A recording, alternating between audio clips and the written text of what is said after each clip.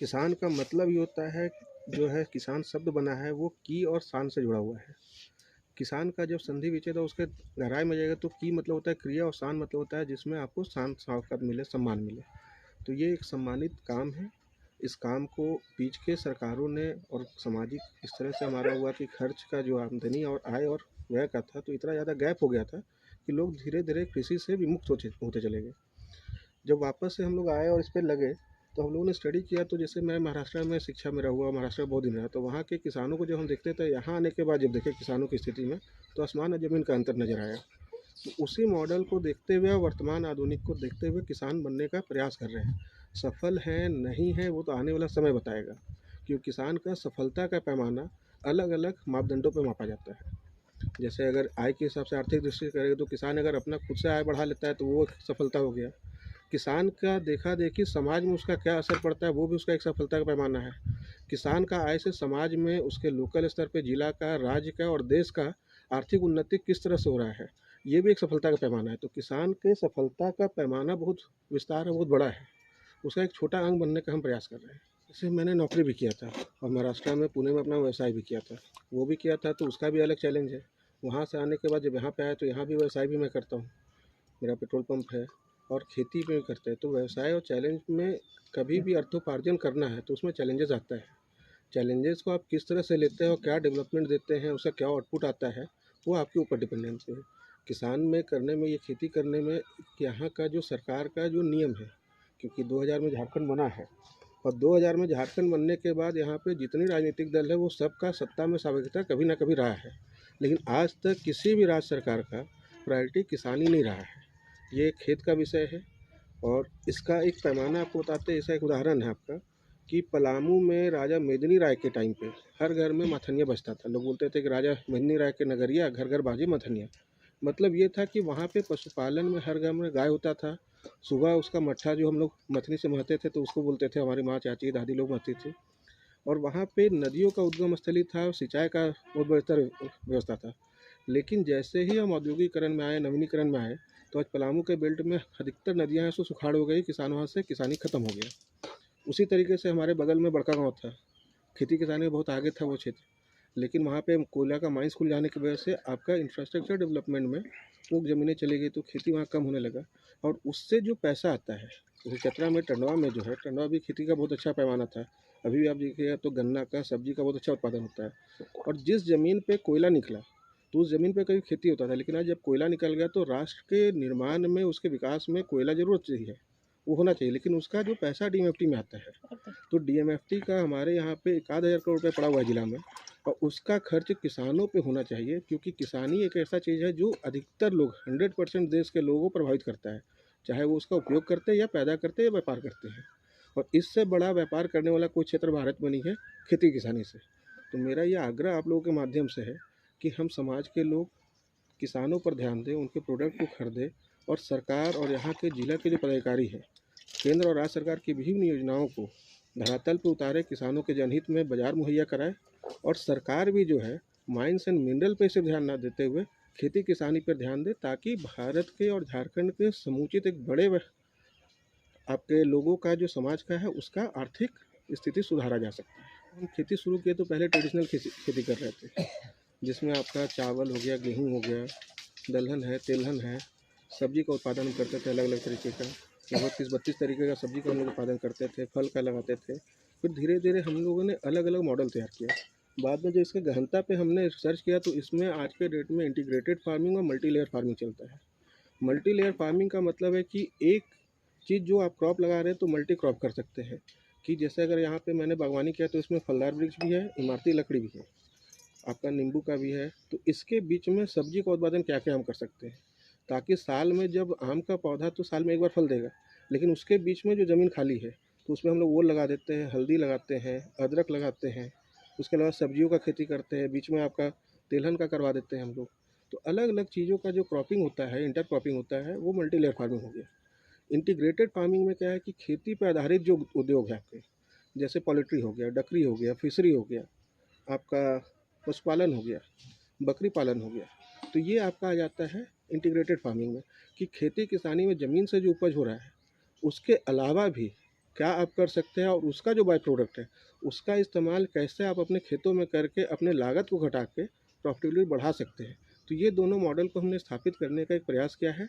अभी ये चल रहा है, देखते हैं आगे क्या रिज़ल्ट आता है। हम लोग जो आए तो हमारे पूर्वज खेतों से जुड़े हुए रहे।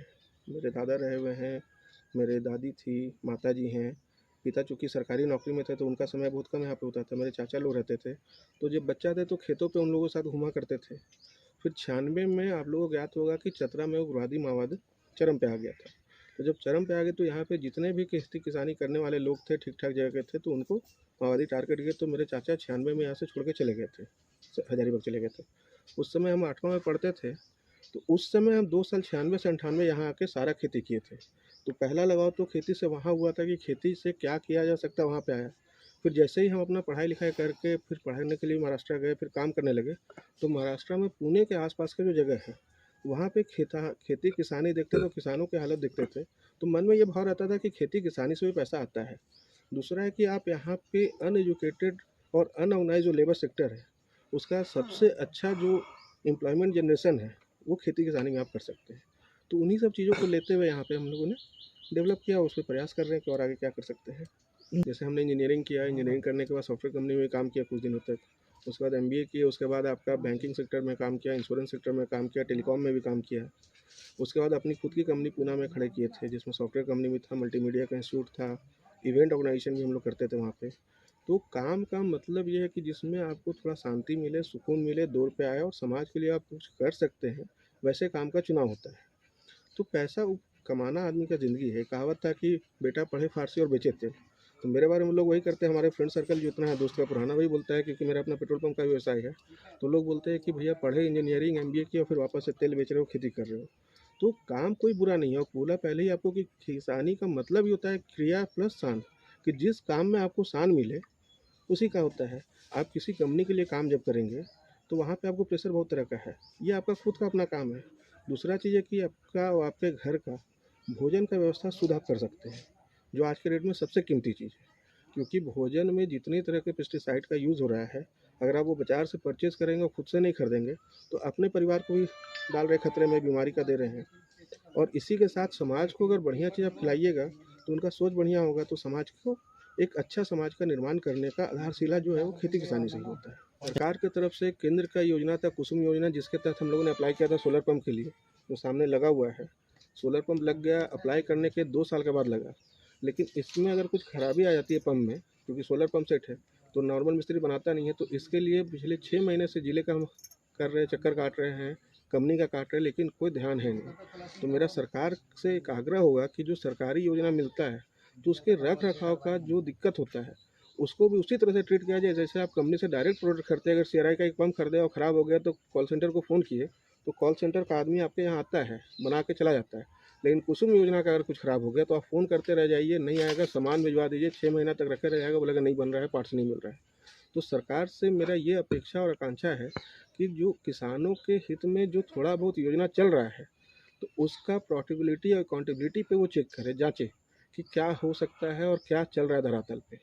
जब से हमारा देश आज़ाद हुआ है, तब से हमारा विडंबना है कि सरकार जितनी आती है तो चुनाव का घोषणा पत्र में आपका खेती, किसानी और किसान सबसे अव्वल रहा है। उसका एक कारण है कि लगभग 70 से 75% देश की आबादी और वोटर जो है खेती, किसानी और इसके उद्योग धंधे से जुड़े हुए हैं। तो सरकार ने जो बोल दिया और वो करने गए, तो पदाधिकारी उस हिसाब से चाहिए, मंत्री उस हिसाब का चाहिए, आपका लोकल स्तर के जो नेता हैं वो इस हिसाब से होना चाहिए कि उसको करना चाहिए।